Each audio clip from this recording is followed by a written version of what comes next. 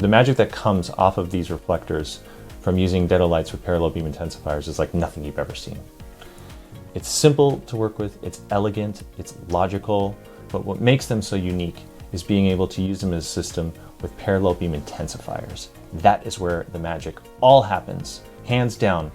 And that's not something that exists anywhere, and it's something that potentially could change the way we light on every level.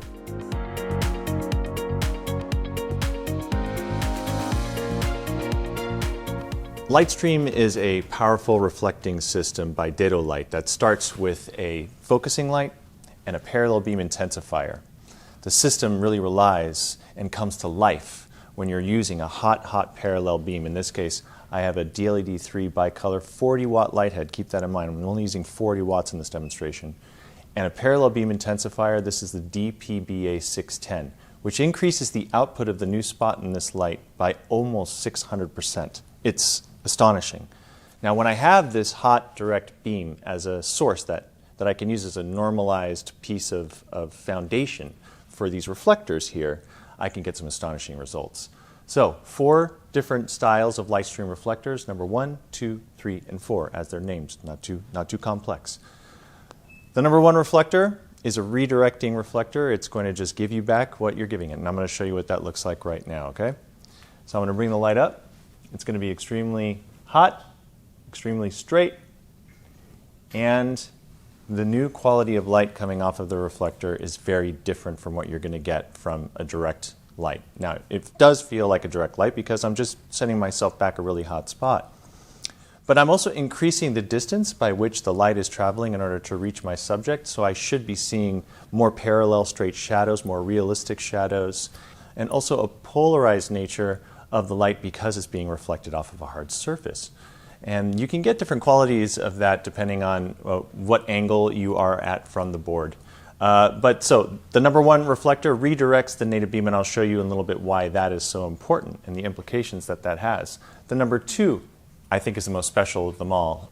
The number 2 reflector, if you're giving it, again, a controlled hot spot, a parallel beam, you're going to get a 12-degree flood off of that board. And I say that because we're giving that a 6-degree spot, so it is now a 12-degree flood. However, the reason why I think it's a magical board is because, you're getting that unique quality of light, but there is no Fresnel light that can actually focus down as much as that board can actually reflect light.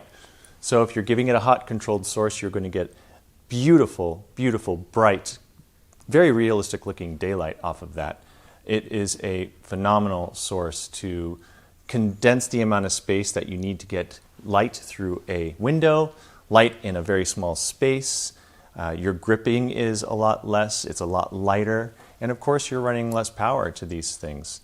So there's a lot of implications in that, but again, that quality of light is so beautiful. The number 3 reflector.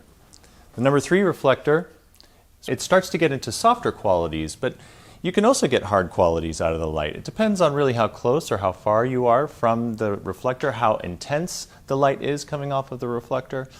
But if you're hitting it with a hot parallel beam from an intensifier, you're going to get a 50-degree flood from that reflector. And that is true with the sun as well. The essence of this, again, is that you're getting a new quality of light. You're getting some reflexive qualities because now that you're reflecting that light, you're also getting a little bit of polarization. And it depends on what angle you have the beam coming from and that it is being redirected back to its subject. You could get some more reflexive qualities off of skin, off of surfaces, or less. Again, further away, closer, you can see different qualities of that. Finally, the number 4 reflector acts kind of like a beadboard, except you're still getting that light stream quality out of the light. But that now is being redirected 90 degrees off the front surface of the Lightstream number 4 board. So 90 degrees off the board, 50 degrees, 12 degrees, and redirecting light.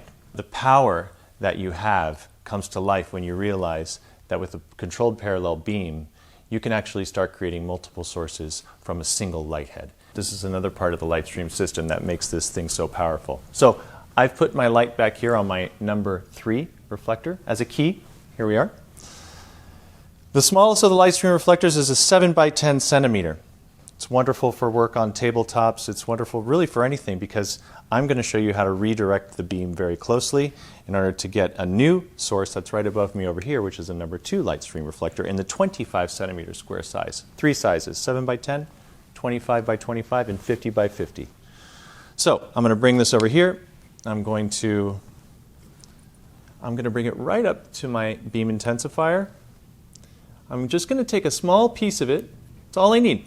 Just a little bit, because I don't want to change my key source. I haven't changed it very much at all. I don't think I've changed it at all. But magically, I now have a hair light. I now have some beautiful backlight. And I've done it with a single light head. I've created 2 new light sources with simple reflectors in a highly controlled way and a very quick way as well. So the implications of this type of a setup, from the largest studios down to a single shooter producer, from still photography down to the brass tacks, the economy of how this can change your workflow, the implications that this type of system can have on you is quite powerful, and that is Lightstream.